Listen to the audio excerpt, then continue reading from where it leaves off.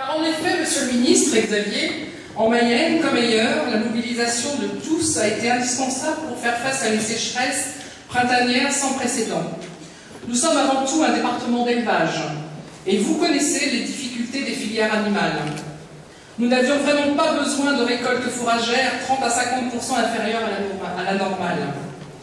Il n'était bien sûr pas question de rester les bras croisés. L'existence même de nos exploitations était en jeu. Aussi, c'est tout naturellement que nous nous sommes tournés vers l'Eure-et-Loir. D'abord parce que nous avions déjà organisé une petite opération paille l'an passé, et ensuite parce que nous avions convenu, avant même la sécheresse, qu'il serait intéressant de travailler un partenariat céréalier-éleveur, sur le long terme, par un échange entre paille et compost. Mais cette année, l'ampleur de la sécheresse nous a fait modifier notre objectif. Trouver beaucoup de paille et à un prix raisonnable pour tous devenait une priorité. Très vite, les commandes de paille sont montées en flèche et nous avons tout de suite compris que cette opération allait être exceptionnelle. Son organisation allait devoir l'être aussi, car il n'était pas question de se lancer dans l'aventure sans prendre en compte les contraintes de nos collègues céréaliers, que je tiens une nouvelle fois à remercier, particulièrement pour avoir eu la gentillesse de laisser leur paille. Les éleveurs de la Mayenne présents aujourd'hui témoignent aussi de l'importance que cette opération a pour nous. L'une de nos contraintes principales fut le délai d'enlèvement de la paille.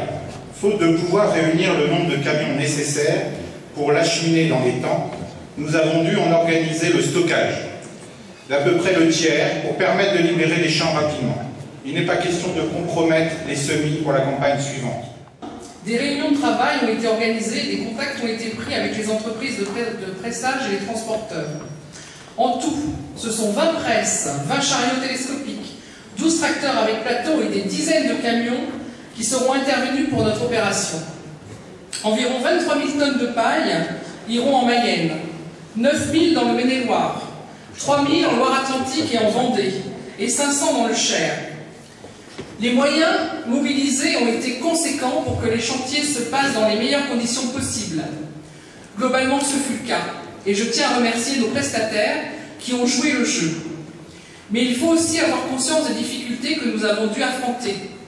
Une météo plus que capricieuse. Quelques prestataires un peu défaillants, des engagements pas forcément respectés, des bottes cassées ou des meules faites au mauvais endroit, gênant par la suite les chantiers de semis de colza. Certains agriculteurs ont eu leur paille ramassée très tard, et je voudrais bien sûr m'en excuser, mais aussi leur dire que nous avons tout mis en œuvre pour leur trouver une solution. Nos équipes, en Mayenne comme en Eure-et-Loire, ont pour cela été en première ligne.